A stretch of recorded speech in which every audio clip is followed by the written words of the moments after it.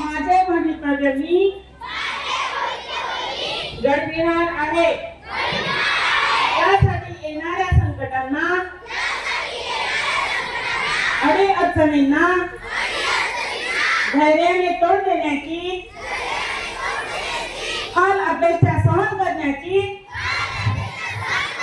माझी तयारी आहे. मी माझे शिक्षण अर्धवट सोडणार नाही. 18 वर्ष पूर्ण झाल्याशिवाय लग्न करणार नाही.